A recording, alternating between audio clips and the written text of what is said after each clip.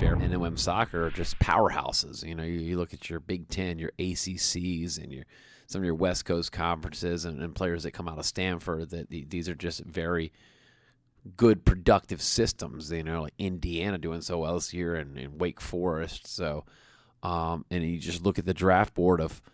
I'm looking at the men's draft. You look at the top picks: Akron, Stanford, Pacific, Michigan, Wake Forest, Wisconsin, Indiana. And it just throws right there. You're talking like Big Ten, ACC, Pacific West, schools, and we've known Akron. Several people that don't know much about soccer. I was just chatting with some of my friends that know nothing about soccer, which sometimes is great to have those. Having beers with friends that know nothing about the college game at all, and they're like Akron. I'm like, yeah, they've been putting guys into pro. They have a really good system in Akron. Not only players, coaches. Coaches, yeah. Caleb Porter. Yeah. Yeah. They're the friends you got to throw the beer at. Yeah. I'm kidding. But they don't know, and it's the same thing. It's good.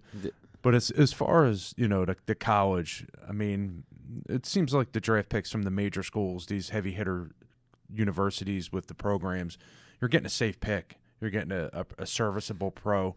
But where are these prodigies coming from? It doesn't seem like they're coming out of the college ranks. They're, when is the player of the year? Where are these guys at? It might be dime a dozen, but picking Duke, ACC, I mean, you're getting very high-level serviceable players, but the top players aren't coming from these colleges. No, in my opinion. It's interesting, too. I mean, one thing that really inspired me was Paul Murray. He got drafted by the San Jose Earthquakes. He came out of FIU, but he transferred to FIU. He was at a D2 school, and he also played at Reading, in the PDL. But he actually knew one of my players, C.G. Rose, at Philadelphia University / Thomas Jefferson University, that was an All-American as well. And he went up there and basically gave a really inspirational his little talk when he gets drafted, but just about hey, I was a D2 player. And that's something you and I talk about. There's a lot of NIAA players, D2 players that just don't even get touched. It's almost like they've got some like stigma or something's wrong with them. It's like, oh, this guy's good. It's just they won't touch those players in the draft. I think it's because it's such a gamble. It's the same thing with the NFL. You're not seeing these D2 players getting drafted or JUCO players getting drafted, but sometimes you have to step back, take a 20/20 and say, why is that player to D2? Why is that player to JUCO? Was it his or her grades when they were younger? Is it just comes from a smaller town, like smaller town where I'm from, where there's only one travel team for 250,000 people? I mean, it's a lot changed since I was in school, but there's a lot of places that just don't have club soccer. Yeah. I mean, I guess the philosophy is if they're that good, they should be in D1. Yeah. But, it works out, for a lot of players. But, the end of the day, I think LAFC was one of the bigger surprises in the draft. They ended up getting the first pick. LA Galaxy got second pick, but LAFC made a little trade and ended up picking up the number 3 pick. So, I mean, I look at the MLS, you can't build a team out of the draft, but you can make your team better. True. If that makes sense. Yeah. I mean, it seems like the Union are trying to build their team out of the draft. Well, they had no draft picks this year. So yeah, they're that's one of their philosophies: homegrown and draft picks. Homegrown and draft pick. It's a very similar type of thing. So that's what I really thought was cool by having the Union have Matt Real and Mark McKenzie there to draft, and let them experience it. Because when you sign the homegrown contract, you don't get to walk on that stage and hold up that scarf and go to the press conference. But bringing those guys around really was a big deal. Yeah, no doubt. So convention finally wrapped up.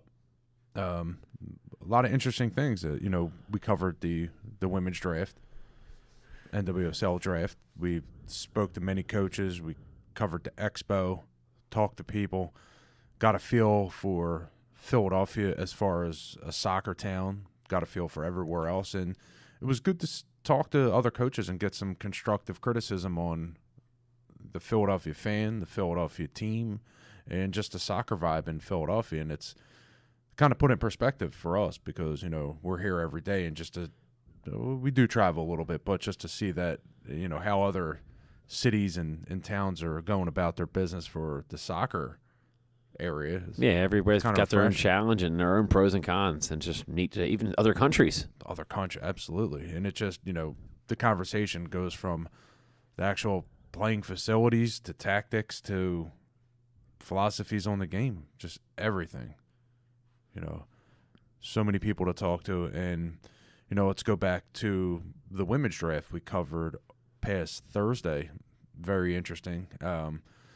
We got the draft. Of course, they start early. Yeah. Nice and early, 11 o'clock. 10 a.m. draft, but about 20-minute delay, which was in our favor. And then I think it wasn't until about pick number 8 or second round until actually the pick was there because of the women's national camp. And Andy Sullivan gets picked, but she's not even there. Yeah, very, very unique where nobody shows up to the draft. No. To me, if I'm coming out to support the league and support the teams, I'm disappointed. Oh, yeah. Why did I show up? Why? What are you getting set? They only have one pre-recorded thing. It's like you think that, okay, let's figure out a way to make this work. I know that the women's team are training out West Coast and Carson. We know who the top 5 are going to be. Sure. It's obvious you're going to be picked by somebody. Whether they need a goalkeeper or not, you're available, they're going to take you because based on talent, whatever position you play. I don't understand how they didn't coordinate pre-recorded interviews or webcam or Skype or setting up. We see it on several of the major networks where players will Skype in for a presser. Why was that not even thought about or even done? I mean, you mean to tell me they can't schedule it around the draft? Yeah. Have a camp somewhere. You got to have the players accessible. I mean, there's no way that they're going to gain traction. Well, that's their biggest thing is they want to league. get that first international because the U.S. women played Denmark yesterday, so they're trying to get in that first international game. They get that. It's just a tradition to do the camp, but right. But it hurts the women's league. If this is something U.S. soccer wants to grow, how can you grow it when nobody's there? That's it. And the other part that a lot of people don't know that even blew the minds of several coaches and friends of mine that problem with the women's draft also is there's no guarantee that anybody's going to get picked. So you do have the bubble players. A lot of them take the chance. Do I go or not go? Do I go and don't get picked? And wow. Or do I, go? But here's the thing that frustrates me the most that really the league and the U.S. Soccer got to work on. Those young ladies, families, and coaches have to pay for their own way there and hotel. I mean, to me, it's almost shame on the league. I mean, that's come on. You can't even help these players get there or do anything to, you're going to tell me the major leagues in America outside of soccer, they make sure they take care of their it's an investment. Those are the future of your league, and you're not even helping them get there. Come on, little airline. Even Something, man. Airlines that you don't get a partner with, man. Take some Instagram or snaps and, hey, this is the official airline of the blah, blah, blah draft. Come on, reach out, shake some hands, kiss some babies. I mean, what do you got to do? Because several players told me that. And there was actually several players that flights got canceled. Cannot think of the player. I'll have to pull it up. But she said, I see it on the list. I believe it was Amani Dorsey. She mentions it in the interview that I do with her that it'll be on World Sports Show within the next 24 hours that her flight got canceled. So basically, she just left at 2:30 in the morning from Duke University. And these are the stories of these young women leaving at 1 in the morning to get here by the draft time. That's great. Yeah, it's and as an exclusive for World Sports Show, we're going to take you behind the scenes as far as doing production and interviews. So we get the setup at the. I was wondering who's going to bring it up, either draft. you or So me. But thank you, John. Thank very you, because you're the production guy. You are the production guy of the show. So this is what we got to work with, and let me try and paint a picture with a very dull brush. So as you see on our YouTube channel, on our website, we do post videos, players, spotlight, and try and get it to our audience. So we're trying to conduct the interview in the convention center, which is there's no natural lighting. It's all artificial lighting. We're behind a partition. I'm going to say 30-foot high partition. So basically, it has concert lighting up top, different colors. So there's 2 stages there, one for a photo, one for interview. So we're waiting on the interview stage. Charlie's going to the on air. He's got it on production. I got microphone, camera ready to go. But the only problem is they have one spotlight, and it is, I want to say, not Flyers orange, but pretty close. One spotlight on shining down for us to do an interview on.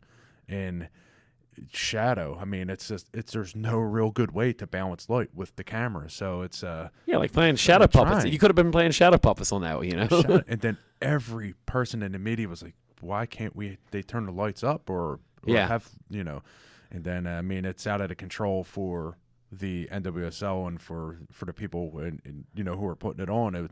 It's a union issue, and at that time in the morning, it's not set up and it's tough to get on. So yeah, they would only turn the lights on for about the 30 seconds a player would walk on stage to be announced. Like, for example, when Imani Dorsey gets picked, she goes up on stage and is there, and then the lights dim back down. The problem is by the time she makes it around the back for the behind the stage to meet with the media, the lights are dimmed. So you're dealing with that aspect. Some of the lights come on in the middle of an interview, so our product looks horrible on our end because it's out of our control. And somebody, I'm not going to mention names, said you should have brought your own lights with you. I'm like, that's not a thought when I'm in a press room. I don't think I have to. I didn't realize I had to bring my own lights. Yeah. Production struggles. Yeah, exactly. But that's just, Well, they said to us, we'll make sure that for the MLS draft tomorrow, it's not an issue. Guess what? It was not an issue for the MLS draft. So it's kind of like, let's just, crap on the women's draft, mess it up, but we'll fix it tomorrow for the men's draft. I'm like, you fixing it tomorrow doesn't help fix it today. So what we got as doing the interviews is a dry run. Like, that's... Yeah, come on, man. It's like...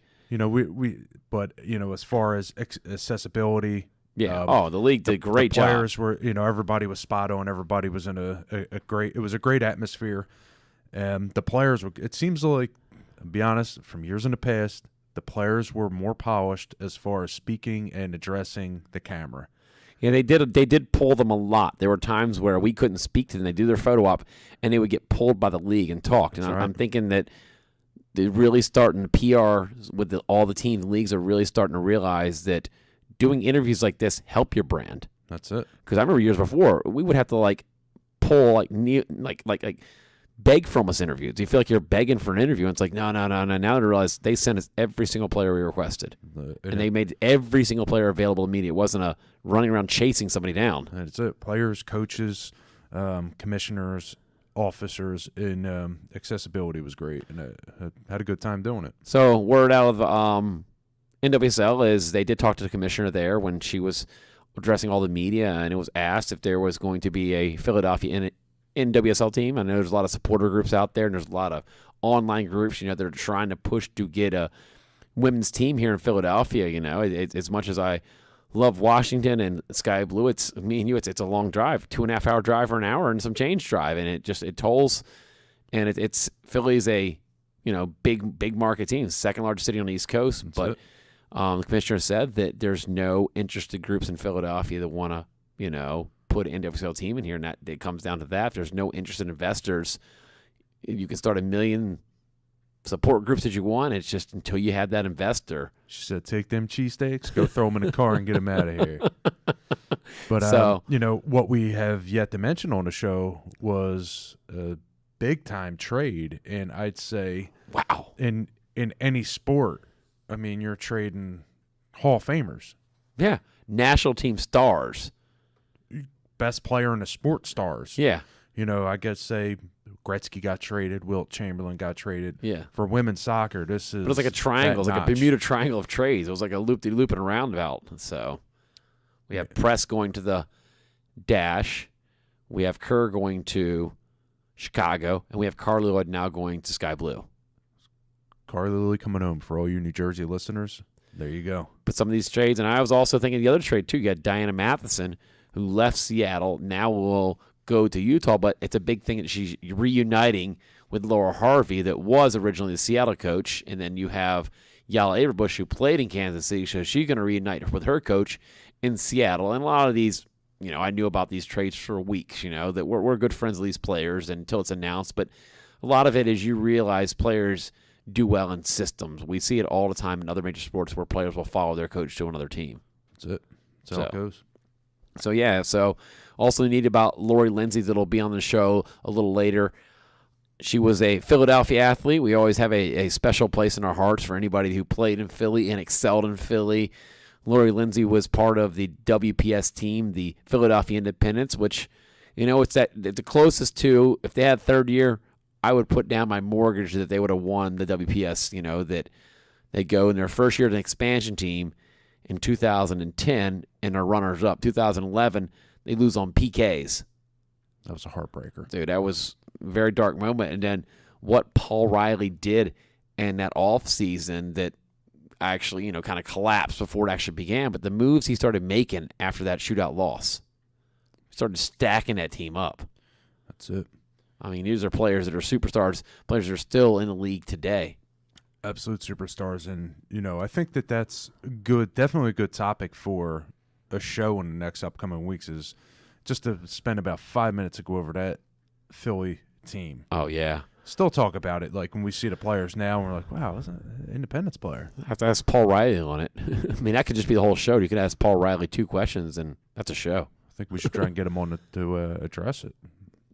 Would love it. So, anyway, NWSL draft this past Thursday in Philadelphia. We have several interviews from coaches and players, and we will have those up on our website, worldsportshow.com, within the week. It's not only does the whole shooting process and doing it was a very interesting setup, but a lot of the production part is the hours and hours and end. Somebody asked me that, because a lot of people we did some live interviews down there, and people would think within, like, we do a 40-minute show down there, and they think it's going to be up in the next 10 minutes. I try to tell people, say we do a 2 to 3 minute interview, it's about a half an hour end to end to get everything sharp. Got to polish it. Got to make sure everything's, audio and visual, make sure everything's balanced. Yeah, it's not just like posting to Instagram when I did a video. It's not that easy. No, it's actually amazing, not to go off on it, but how a lot of media outlets are basically just using live iPhone. It's very choppy, so it's lowering the bar for production quality. Like, just basically throw a live feed on, and it's what it is. Like, people are like Facebook Live broadcasting games on tablets and stuff. Yeah, and you watch it, and, you need to take a Dramamine. Yeah. Like a shark's going to come up and bite your foot. Yeah. But nah, just, it's a good way to get it on real quick. But as far as long term, I guess we're getting old. I guess we're in that age now. Well, it's funny that when we did grab some stills and grabbed a few bit of videos and audios using phones for a while there, people would look at us like we were crazy. Because we had a couple booms hooked up to like phones, and people would give us like, what do you mean use them? Now you're seeing major, like you said, networks doing it. So it's not that we were ahead of the game. It's just that was what was in the budget. But now with media, a lot of these, they're taking a step back and realizing they're kind of sacrificing quality to get content. Right. They want to have it first. Yeah, because you got a phone hooked up that's got Wi-Fi, and it kind of takes away, like you said, the quality. You don't just throw it against the wall and hope it sticks. That's how it is. Yeah, so we do also have some good clips we'll be playing later in the show with, like I said, Matt Real, the homegrown player for Philadelphia Union, and Mark McKenzie, homegrown player. We also have a little bit of a clip I believe we'll play from Dr. Kerry Bally from University of South Wales. I had an amazing conversation with him. I want to say a shout out to all his staff and his students. I went and listened to their lecture about life skills, about coaching kids and just managing their life. That it's a very common thing over there in the UK, England, and sorts, that academy system's just been part of their, way of life all their life. That's all they've ever known is the academy system for players, but just managing those players and how you speak to them and how you coach them. And it's just, I've coached about six or so sessions since this whole, convention happened. And it does sometimes, I now tell myself, let me just stop and see other coaches and just the do's and don'ts, and it still blows your mind about the things that coaches say to kids. Like, no, you're doing it wrong. You're never going to get it right. What were you thinking? You hear somebody talking to a 10-year-old. No, you're not even close to right. That you believe. I believe in one of the things like physical limitation. Be a good teacher. Be a good person to the kids. Don't just keep crapping on their soup. Yeah, I mean, when you talk about academies in England, I kind of think it's like the Hogwarts of soccer. Yeah. But yeah, I'm just like the Stone Walls Academy. Yeah. Come in. Yeah. Get your boots, go over to the training pitch. But I guess that's kind of the structures are interesting, what he was talking about. And, the life skills put onto soccer, because you got to face it, once they're out of the academy, you're a professional athlete on your own. Yeah.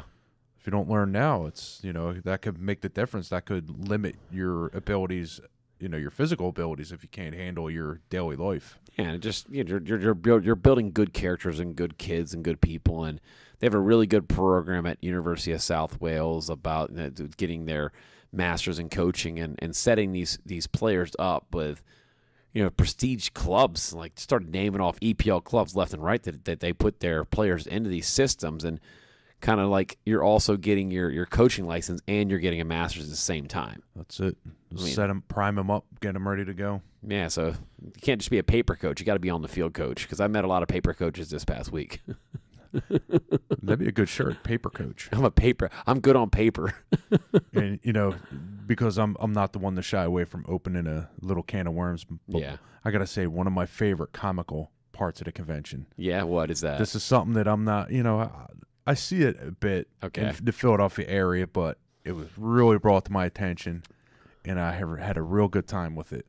It was attends that soccer trainers and coaches tend to wear training gear when they're not training. Yeah, tracksuit. The tracksuit is the most. People wear Armani. People wear Calvin Klein suit. The tracksuit is the most popular suit at these conventions. The tracksuit, the coordinating athletic suit. But the kicker is the embroidered initials. Oh, man, you just read my mind. I was going to say, I make fun of that. That's just me. It has its place. Yeah. But Market Street in Philadelphia. Walking around with your initials on your Adidas tracksuit, like it's JD. I'm just kidding with everybody who has it. It's all in good fun. But I know people that are like super serious. I mean, one of the clubs that I currently coach with, all the coaching staff got all excited in our group chat message because suddenly this year we were putting initials above the badge, and I was like, whoopity doo. I mean, be honest. Like, what is it for? Is it just an identifier? Dude, some people, it's an ego thing. Some people say, well, it's so somebody doesn't steal your gear because your gear has your initials. I'm like, yeah, but sometimes it's an ego thing because you see Jose Mourinho doing it. Suddenly you see the JM, like, oh, I want that above my crest. Well, first of all, I don't think nobody wants to steal my gear, to be honest, or go near my Go right ahead, buddy. Take it. It's going to be coming back real quick. It'll probably get up and walk away on its own. So, yeah, it was very, very interesting just that. I was one of the few guys that wore a tie the whole time. Yeah. I didn't wear a single track. I mean, because I was working the show, so. So, actually, what we can do, bottom of the hour, this part of the show, we could hear from the Philadelphia Union, Matt Real and Mark McKenzie. We got a couple interviews queued up, and we can also hear from Kerry Bowles, if I even pronounce my pronunciation of the names. We went through so many, and that's another topic that we actually talked about with the press guides, the media guides, and the communications officer is pronunciations. Yeah, and some great stories. I mean, just it might seem shallow, since we're production guys, but that's how it is. And there's a lot, try pronouncing my last name alone. We might have to show the best mispronounced names of all time. I'm trying to think who would be tops, like, in your memory. I know that we caught slack on Forsberg. Yeah, Forsberg. But people were saying I was saying Forsberg. I know it was a V. I know what a V and an F. But if you look at the English language, v and v, see, you don't know if I'm doing f or v. It's just sometimes it doesn't just roll off the tongue. And especially in the soccer game, it's not the easiest. But there were some winners that we had. We can go back and look where, especially asking the player, hey, how do you pronounce it? Media guide's wrong. Fans have it wrong, so it's kind of a... Hey, that hurt me with Sky Blue. There was a player on Sky Blue. I actually went up to her and asked her, and she told me the messages people posted on YouTube, but I didn't I'm not going to troll back on these people. I want to say is I just asked her I went to the source. Well, in 2018 World Sports Show, we're trolling back. Yeah. Hate to break it to you, but that's how we're doing it. But so let's get it cracking with a couple interviews. We'll start out, and then we'll get Lori Lindsey on the line, and we can kick a little bit from there. So, alrighty, hang out.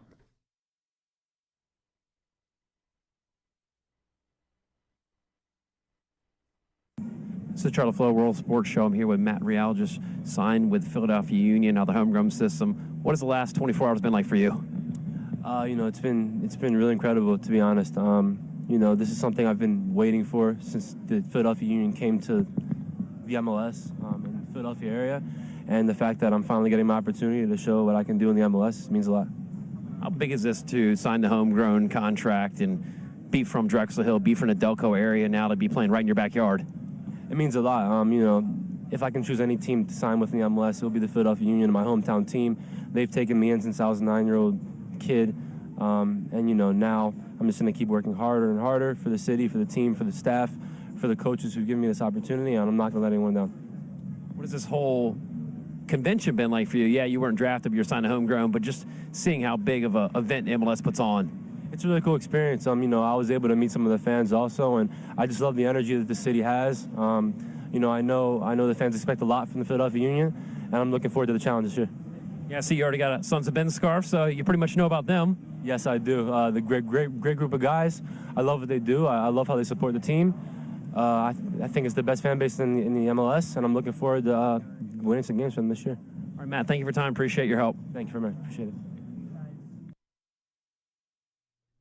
And that was Matt Riel, homegrown signing from the Philadelphia Union. I spoke to him Friday at the MLS draft. We do have on the line Lori Lindsey. How you doing tonight, Lori? I'm great. Thank you. Thanks for having me. Good, good. Pretty exciting last week. I know you were doing a lot of talking and running around, and I'm sure you're enjoying and relaxing a little bit today.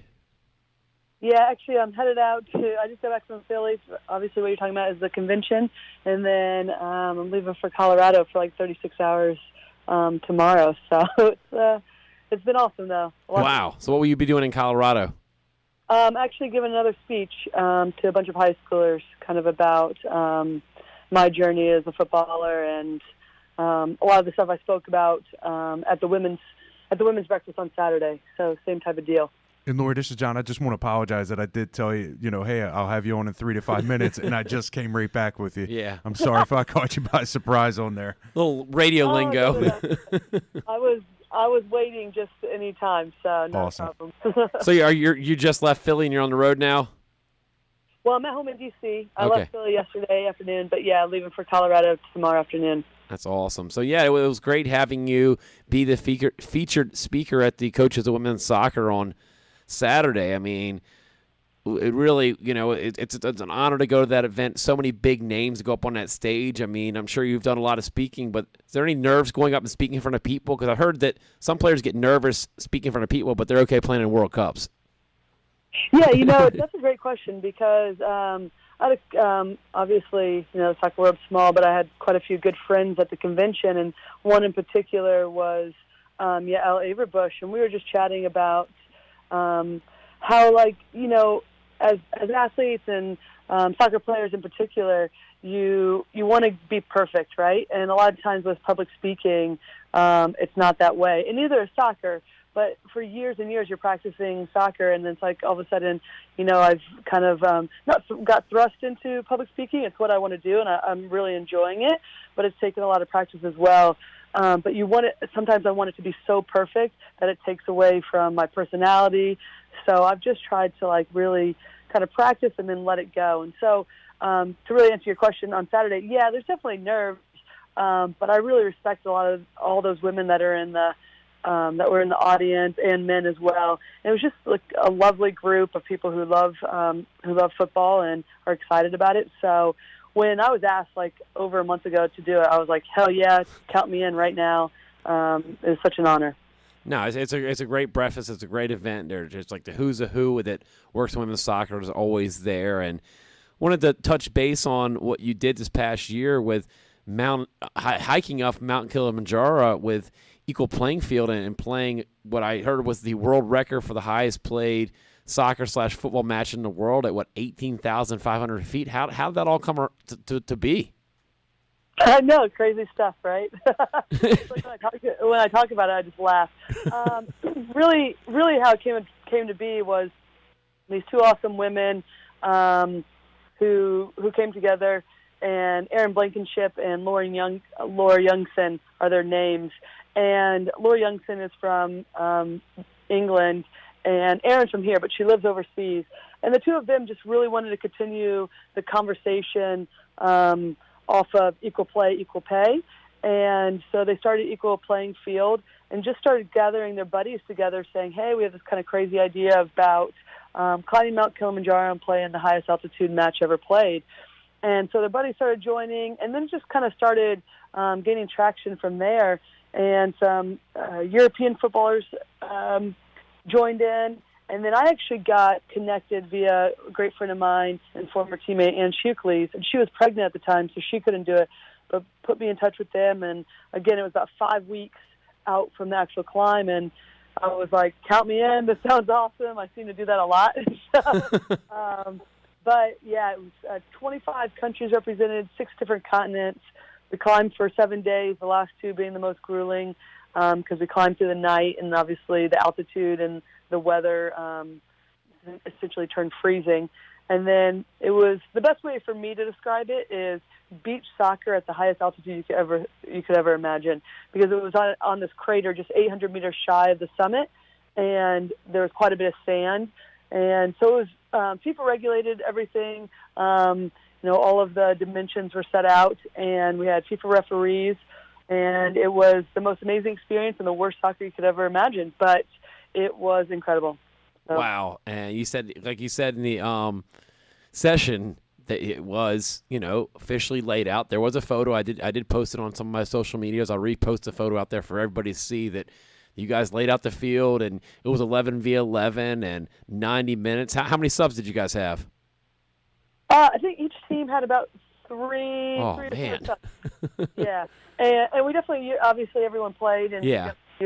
And I will just say, not that this is really needed, but to be clear, we aren't the ones that did the dimensions of the field. We had 300 porters with us. Yeah. We were the largest group to ever go up Kilimanjaro. And in total, besides the 35 players, we had about 65 in our group, and that included medical staff and everything to ensure that we were safe going up. But we had some awesome people that helped lay out the field besides the 300 porters that helped us on our entire journey. So we slept for an hour and a half while they put that together and then played. But, yeah, it was incredible. So what's the recovery like for something like that? And you do something like that? Because you're up there. It's not like you can go sit in the hot tub or ice bath.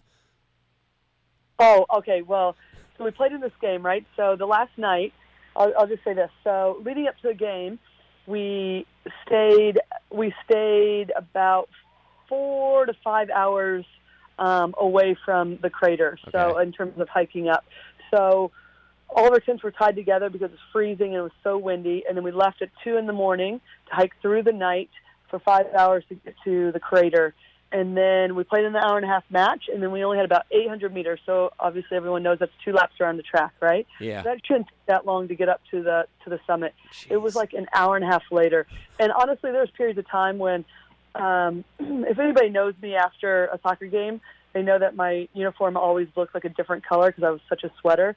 Well, I was sweating underneath all of my clothes. Essentially, I was like, go on without me. Like, I was not in a great place. Some people were a lot better than others with the altitude change, but I wasn't feeling my best. So by the time we got up to the summit, I was like, take my picture with a sign, and then it was like hauled ass down and it only took us 2 hours to get back down to our base camp. But yeah, 7 days of hiking or climbing up, and then you take 2 days to get down. It's super quick, and you go through a totally different climate of like rainforest, and it's just totally different. It's weird. It's dry and windy on the way up, and then rainforest and rainy on the way down. So it's quite the experience. Making me and John feel very lazy here in studio. No, this is what I say. I say that anybody could, if you're, excuse me, if you are in fairly decent shape, I really believe anybody can do it if you do have a decent aerobic base. But it's just it's just about taking your time. Yeah. And that's what we did. With the 7 days, the longest trek up, so you ascend and then descend a little bit, so you get adjusted, and then ascend some more and then descend. So it's really just about getting adjusted to the altitude. The trek itself, besides the last 2 days, isn't too terrible. So you guys are fine. I say try it this summer. All right, I'll get you to sign on with that. I don't need to see my doctor getting medical clearance. Lori Lindsey cleared me. So. Perfect. I want to talk about some of the things you're doing back in the Washington, D.C., Virginia area. You're still working with the Washington Spirit, doing work with them. Let's tell the listeners out there what you're doing with the club now. Yeah, so I'm work with the Washington Spirit Developmental Academy. The girls just started that up this fall, and that's been an awesome experience. We actually have 2 prongs, essentially. We have a Virginia side and a Maryland side, and I do the strength and conditioning for the Virginia side. So I'm out in the field a couple times a week, and just helping take care of the players and giving them some pointers on helping them become better athletes so that they can stay on the field and just increase their longevity for the most part. So it's been great. It's been great working with the athletes and kind of see today's player and really just see the evolution of women's soccer and how it's grown even since I was playing youth soccer. So it's a good way for me to pay it forward. Yeah, you're one of a few players, and it blows my mind, because you appear so young, but that you've played in all three of the professional leagues. And I mean, do you ever look back and say, "Gosh, that's kind of an achievement"? Oh yeah, sometimes I love saying it because I'm extremely proud of that accomplishment, especially with Christy Rampone and Abby Wambach and Shannon Baxter, the other three, because there's four of us, and I mean I'm in great company with that. But I just think that shows the longevity of each of our careers, all four of us, and the work that we put in. So again, I'm really proud of that. But sometimes I'm like, shit, I don't really want to say it. Sorry, I'm cussing on this show, but crap, I don't want to. I don't want to say. Whatever. The show's canceled now, so you might as well just. You're already in deep, so. I'm like, I don't want to say it out loud that I'm one of four players that played in all three leagues because that dates me. I'm trying to stay young. Yeah, because trust me, once my players found out I was 40, my youth player, they started calling you old head. Like, yeah, Coach Old Head, and I'm like, great, So, but no, I mean it's amazing what you're doing and staying in shape and just all that you did for the game is great. And the fact that you were here in Philly for a couple years, I'm sure you've always got a special spot. I mean, being that you played in every pro league, you lived in a lot of different places. What were some of your fond memories of Philadelphia? One of my fond memories. I'll tell you, the very first year of Philadelphia back in 2010, a couple of things. In preseason, we kind of took a tour of downtown, and we stopped at all the different cheesesteaks places and sampled all of them. So that was awesome. I'd had them many times prior, as one of my best friends in college was from Philly. So, but that was a good time. But the thing that I remember most is, especially that first year, we were an expansion team, and we kind of dubbed ourselves the Bad News Bears of the league, just because we kind of threw us together at the last minute. But we had some amazing players. I mean, Amy Rodriguez, Caroline Sager, Heather Mitz, Karina LeBlanc. I mean, we had a really good, solid group. It was just we called ourselves the Bad News Bears because we were just kind of thrown together at the last minute.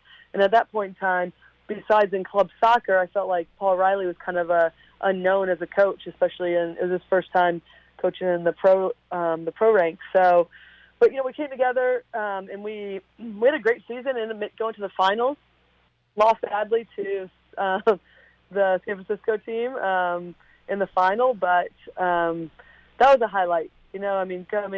All of us getting together and coming together and just having a great season. So, Laura, we're going to take a little trip back memory lane. We got an interview queued up of you back in 2013. So we're just going to play it, and so you can see how your public speaking is from then to now. It's going to give you a little clip of you. All right, sounds good.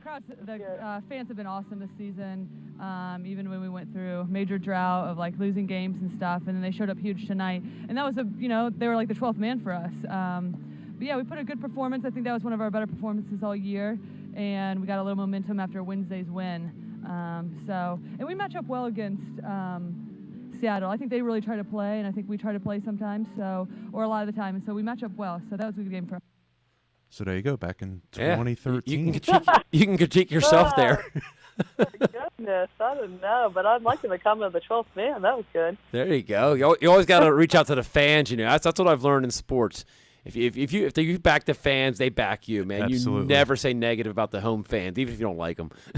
Absolutely. So what's the day-to-day changing? You're going from being a professional athlete. You like you told me the stories that you were telling us during the speech about you getting up and shoveling your backyard, cleaning it up with snow just so you could have room to run sprints to get ready for the season. That I'm sure that those habits don't change, like getting up at 5 and going to the gym. I mean, you do seem like a gym rat. It appears that you are.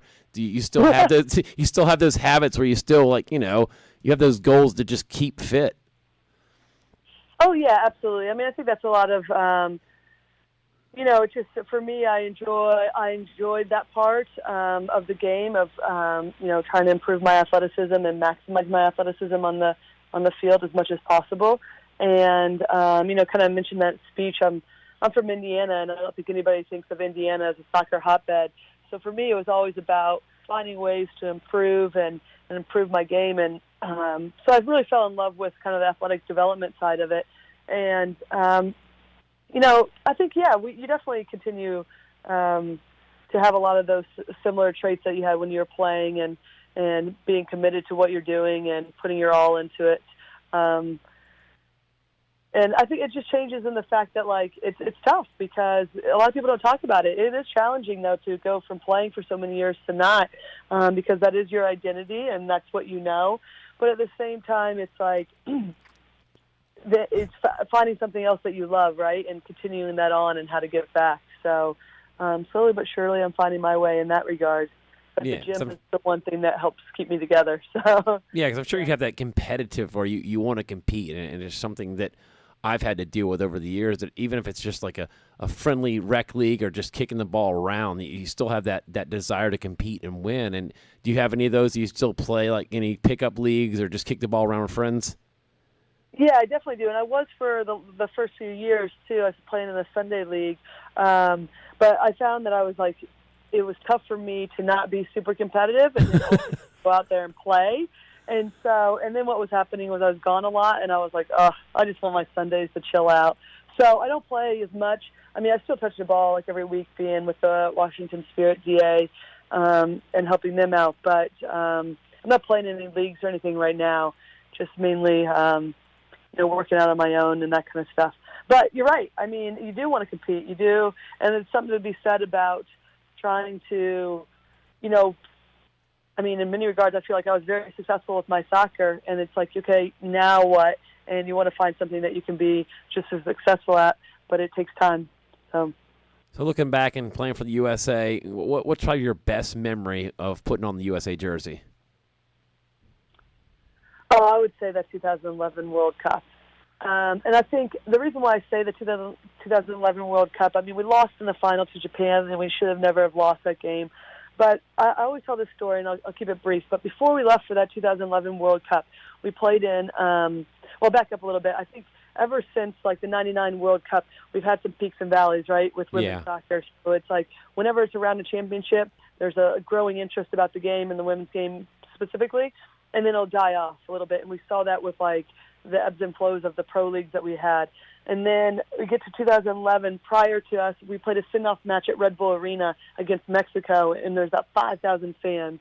And then it just so happens that, in the game against Brazil in the quarterfinals, which we almost lost, and we're going to be the first American team, U.S. women's team, to be out before the earliest stages. Yeah.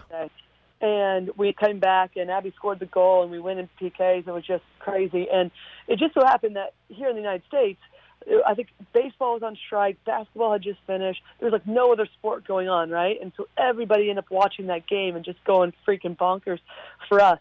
And then since that 2011 World Cup, I don't think we've played in front of fewer than 15,000 fans.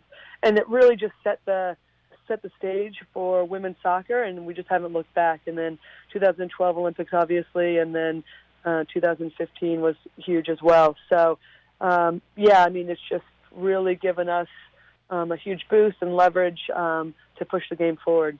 Yeah, I think that 2011 World Cup, very unfortunate you guys didn't win it all, but I think that's when I started really realizing that soccer had arrived. I went to my local Irish pub with a bunch of friends, and we couldn't find a seat. And we were there 2 hours before the match, and it was like wall-to-wall people just supporting their country.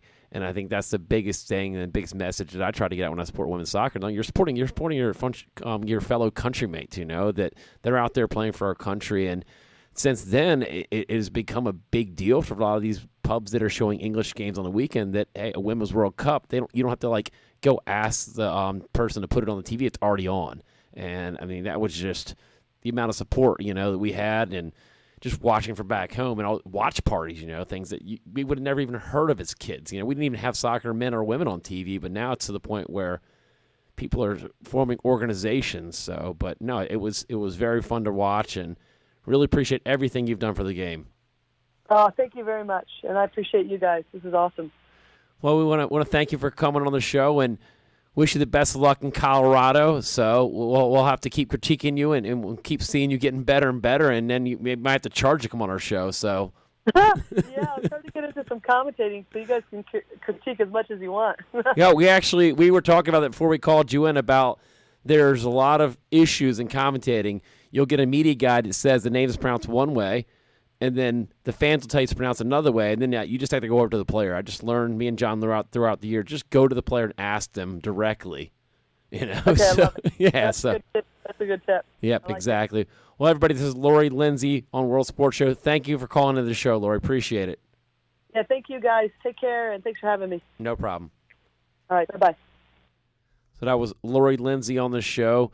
She was recently featured at the United Soccer Coaches Breakfast for Coaches of Women's Soccer. She was a featured speaker, recently hiked up to the top of Mount Kilimanjaro with equal playing field, played a full-size 11v11 FIFA match. So it wasn't like just like basketball or ice hockey where people were getting subbed in and out, like the 3 sub rule and stuff. I mean, I complain when I got to drive down to South Philly for a match, let alone climb a mountain. I got to drive 20 miles in my car today.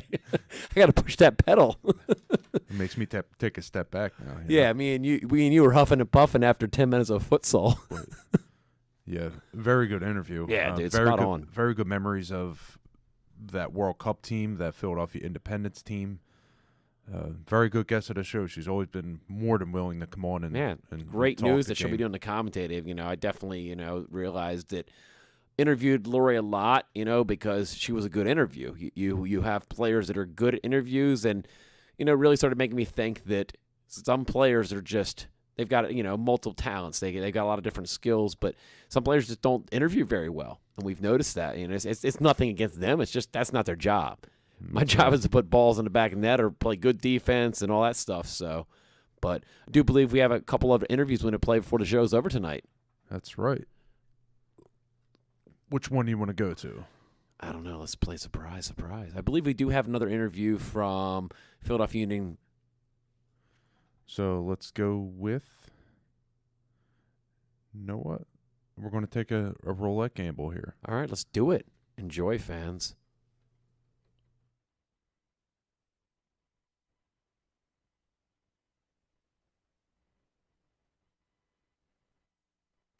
It's the Charlie Flo World Sports Show. I'm here with Matt Real, just signed with Philadelphia Union, now the homegrown system. What has the last 24 hours been like for you? It's been really incredible, to be honest. This is something I've been waiting for since the Philadelphia Union came to the MLS in the Philadelphia area, and the fact that I'm finally getting my opportunity to show what I can do in the MLS means a lot. How big is this to sign the homegrown contract and be from Drexel Hill, be from the Delco area, now to be playing right in your backyard? It means a lot. If I can choose any team to sign with in the MLS, it will be the Philadelphia Union, my hometown team. They've taken me in since I was a 9-year-old kid. Now I'm just going to keep working harder and harder for the city, for the team, for the staff, for the coaches who've given me this opportunity, and I'm not going to let anyone down. What has this whole convention been like for you? Yeah, you weren't drafted, but you're signed a homegrown, but just seeing how big of an event MLS puts on. It's a really cool experience. I was able to meet some of the fans also, and I just love the energy that the city has. I know the fans expect a lot from the Philadelphia Union, and I'm looking forward to the challenge this year. Yeah, I see you already got a Sons of Ben scarf, so you pretty much know about them. Yes, I do. The great group of guys. I love what they do. I love how they support the team.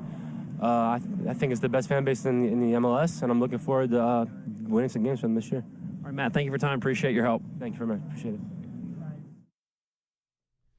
And welcome back to World Sports Show. Charlie Flo here, and that was Matt Riel, homegrown signing for Philadelphia Union. You can also check out worldsportshow.com. We will have posts of all of our wrap-ups from the draft, MLS draft, and the women's draft. But, really, really good interviews. Our guest was spot on tonight, Lori Lindsey. I mean, we literally could have had her on at 9:01 and could have kept her on the show for an hour. It's that good of an interview. There are so many other questions, but we definitely want to have her on again and get a regular, and especially if she's trying to get into the broadcast industry and do games and stuff like that. I definitely want to see more women doing that, because it is a industry that is male dominated. Even if it is a women's sport, we still see a lot of males doing women's sports. Absolutely. Yeah, so anything we can do to help her. But, the United Soccer Coaches Convention's wrapping up. The next one will be in Chicago next year. Would like to attend that, but, it's always a challenge. It's not that cheap of an event. So biggest thing I can say to soccer clubs and university out there, please help your coaches get there. There's so many coaches that I met that paid out of pocket, that had to pay for travel. You and I have done the ones on the road where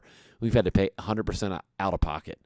That there's so much to be gained from this event that it's really, especially universities, that you have a little bit of budget. I know that they may say it comes out of the soccer budget, but coaching education is very key, and networking and, talking to these vendors and finding devices and meeting with companies that can help your program. It's an investment within your university and to better the quality of play. And, there's so many things that we'll put a long interview up about. We had some professor, Dr. Kerry Bowley, that was from University of South Wales, that his clip will be up on our site, that just managing the student, and managing the player, and all of these kind of things that will help them moving forward in life. So it was a really good event, and do you have any final thoughts before we wrap the show up in the next few minutes? I got a lot of thoughts. I think we might need a whole nother half hour for me, but yeah, very, very good interviews tonight. It's good, like you said. Check out worldsportshow.com. During the week, we will have a ton of interviews getting posted, and it's going to be busy season for us and a busy season for soccer. And again, social media. Yeah, get your boots out. Twitter, Facebook, it's all World Sports Show. Yeah, I've got a few big guests coming up, in the next few weeks. You were talking about some people who have studio, but I got some guests coming up. So, yeah, stay tuned to our social media. We'll be announcing the guests coming up very shortly. Social media at World Sports Show, Facebook. Follow John DeCriscio on Twitter. He's the best guy to follow on Twitter. This guy doesn't stop tweeting. That's it. Thank you again, and we'll be talking to you next week. Out. Thank you for watching a World Sports Show production. For more info, go to worldsportsshow.com.